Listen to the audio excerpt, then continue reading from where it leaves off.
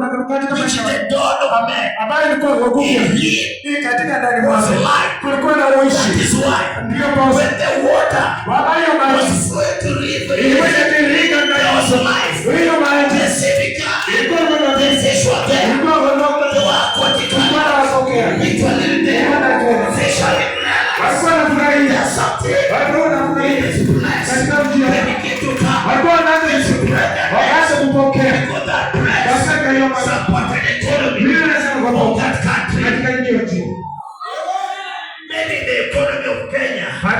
uchumi wa nchi ya Kenya imekuwa imeleta shida kwa sababu kuna kitu ya kwamba Mungu anatenda ya kwamba kupitia kwa mapepo unapanga mbele kwa Yesu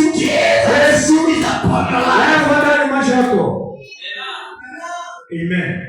The Bible says, Biblia inasema those who bless you, wale ambao wanakubariki, those who curse you, wale ambao watakuwa wanalaaniwa. Hallelujah. Hallelujah. Hallelujah. Hallelujah. Hallelujah. This is not a joke. When the power flow into your life, inapotiririsha protected.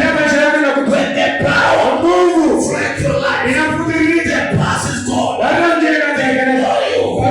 There's a person who was just begging, but begging will be over. There's a different people, a different person.